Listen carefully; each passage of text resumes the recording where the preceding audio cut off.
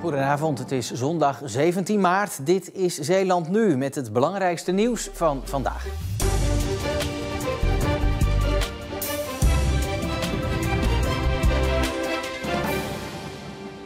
Bij zagerkwekerij Delta Farms bij Cats heeft zaterdagavond een grote brand gewoed.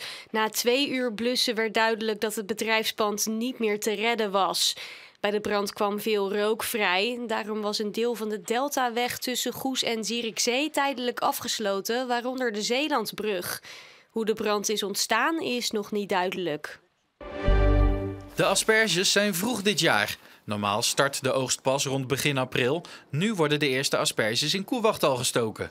Ja, dat is heel bijzonder. Wij kwamen van de week op het land. En wij dachten, we gingen gewoon eens kijken of de asperges erboven stonden. En ja, op 12 maart hadden wij onze eerste asperges uit de gewone koude grond, zeg maar. Tom teelt al 25 jaar asperges en dit heeft hij nog nooit meegemaakt. Het is allemaal te danken aan de warme februarimaand. En asperge die groeit op warmte. Dus ja, het is gewoon, de temperatuur is alsmaar heel hoog, redelijk hoog geweest voor de tijd van het jaar. Februari is best warm geweest. We hebben wel veel regen gehad, maar ondanks de regen is de temperatuur wel best hoog geweest. Dus zodoende zijn de asperges gewoon gaan groeien. Er is al een kleine 100 kilo geoogst. Wij zijn daar heel blij mee. Wij hadden gehoopt, kunnen we met Pasen de asperges op het bord leggen bij de mensen. En dat gaat lukken.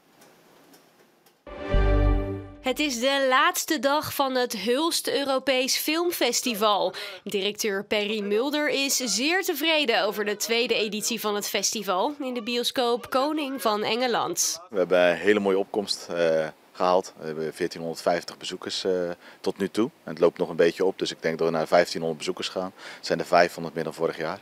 Dus heel mooi. Ik vind het echt een hele grote aanwinst voor Hulst, want ik ben een hele grote filmliefhebber, maar filmfestivalfilms is toch nog wel een ander genre. Ja, omdat er dus film draait nu voor kinderen ook en deze was genomineerd voor de Oscars.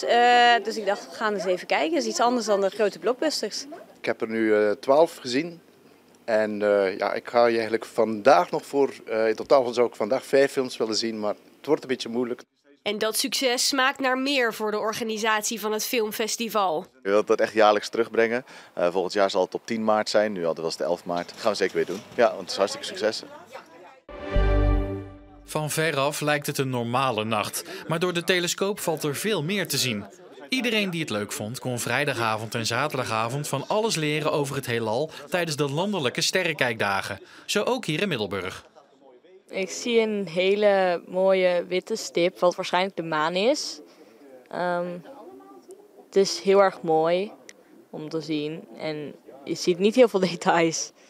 Dat kwam doordat het niet de perfecte omstandigheden waren om naar de hemel te turen. Ja, vanavond is het niet perfect, helaas. Dus we beperken ons tot de maan en tot Jupiter. Maar we hebben daarnaast nog een alternatief programma met het planetarium, waar we de sterrenhemel kunnen nabootsen. We hebben nog korte vertellingen over sterrenkundige onderwerpen, dus er is altijd wat te beleven. Het doel van dit weekend is om jonge mensen enthousiast te maken voor sterrenkunde. En bij deze kinderen is dat gelukt. Ik wil graag meer over de ruimte weten. En dus ook astronomie doen. Ik heb sterren altijd heel erg interessant gevonden. En donderdag hebben we na mijn training echt uren naar de sterren zitten kijken. Helaas kon dat gisteravond alleen in het planetarium. Ik heb een vraag, waar staat de aarde? Wij staan op de aarde. Ja, maar waar is de aarde? De zondag stond in het teken van de passage van een frontaal systeem. En daardoor was het in Zeeland in de ochtend nog redelijk weer met mooie wolkenluchten. Maar al snel werd het helemaal bewolkt en vooral vanmiddag kregen we wat vaker te maken met regen. En deze regen zou duren tot het einde van zondagmiddag. Vanavond en vannacht is het daardoor wel droog.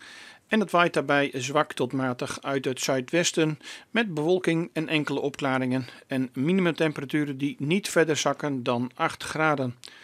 Morgen hebben we regelmatig zon, maar we kunnen ook wel te maken krijgen met enkele buitjes. Dat is vooral verder landinwaarts. Ik denk dan aan Zeeuws-Vlaanderen, Zuid-Beveland en ook Tolen. Maar de Kop van Walcheren en Schouwen-Duiveland kunnen dus overwegend droog weer verwachten. Met een temperatuur die schommelt rond 11 à 12 graden. En de wind is matig, rond windkracht 3 à 4 uit een westelijke richting.